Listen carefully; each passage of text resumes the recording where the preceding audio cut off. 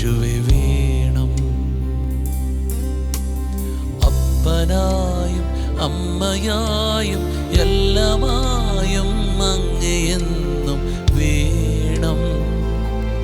യേശുവേ വേണം. യേശുവേക്കാൾ വലുതൊന്നും ഇല്ല ഈ പാരിൽ എനിക്കെന്നും. സ്നേഹിച്ചു തീരുക ഇല്ല നിത്യത മുഴുവനും അങ്ങേ. സ്നേഹിച്ചു തീരുകയില്ല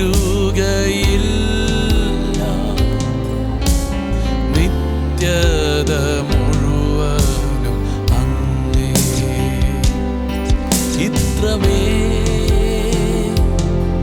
ഇത്രമേ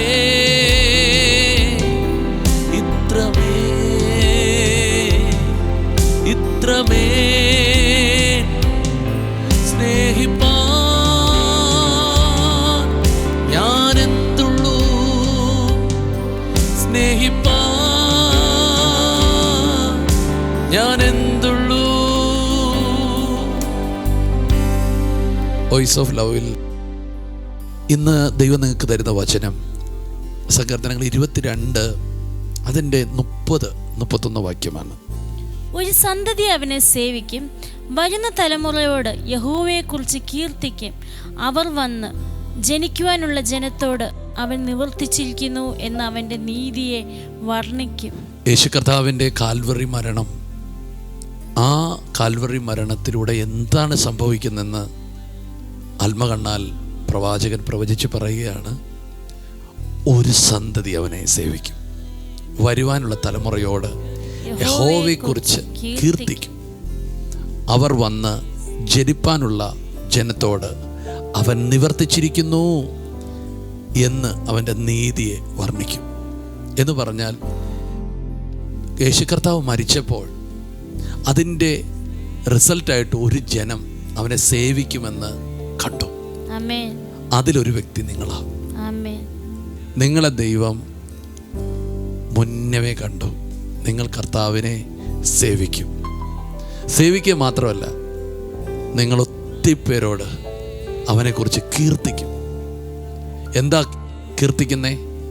ദൈവം എല്ലാം നിവർത്തിച്ചിരിക്കും എന്ന് പറഞ്ഞാൽ നിങ്ങൾ ക്രൂശിൻ്റെ സാക്ഷിയായിരിക്കും. നിങ്ങൾ ക്രൂശിൻ്റെ വചനം പറയുന്നവരായിരിക്കും. ക്രൂശിൻ്റെ വചനം എന്താ? എല്ലാം നിവർത്തിച്ചു എന്നാണ്. ആമേൻ. നിങ്ങൾ കർത്താവിൻ്റെ ക്രൂശിലെ സകലവിധ അനുഗ്രഹങ്ങളും അനുഭവിക്കുന്നവരും ആ വിടുതൽ ജീവിതത്തിൽ അനേകർക്ക് കൊടുക്കുന്നവരാക്കുവാൻ ദൈവം നിങ്ങളെ കണ്ടിരിക്കുകയാണ്.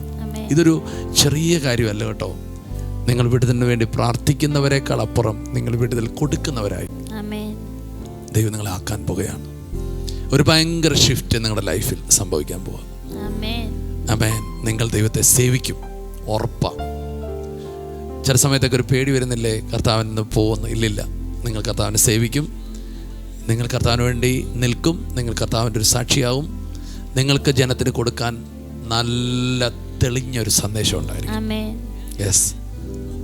എവിടേക്കോ കൺഫ്യൂഷനായിരിക്കുന്ന ചിലരോട് കർത്താവ് പറയുന്നു, ഇല്ല, നിങ്ങൾ നിൽക്കും, നിങ്ങൾ ശക്തരാവും, നിങ്ങൾ കർത്താവിൻ്റെ എല്ലാ അനുഗ്രഹങ്ങളും പ്രാപിക്കും. സ്തോത്രം. അതിനുവേണ്ടി കർത്താവ് നിങ്ങളെ ഒരുക്കുകയാണ് കേട്ടോ. ധൈര്യമായിട്ടിരിക്കുക. ആമേൻ. ഞങ്ങൾ നിങ്ങൾക്ക് വേണ്ടി ഒന്ന് പ്രാർത്ഥിക്കാം. സ്തോത്രം.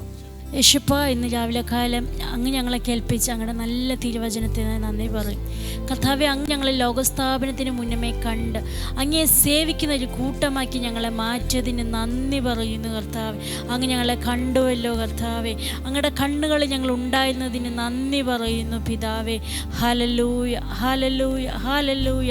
കർത്താവെ, അനേകരോട് ആ സ്നേഹത്തെ കീർത്തിക്കുവാൻ ഞങ്ങളെ അങ്ങ് നിയോഗിച്ചിരിക്കുന്നതിന് സ്തോത്രം ചെയ്യുന്നു കർത്താവെ.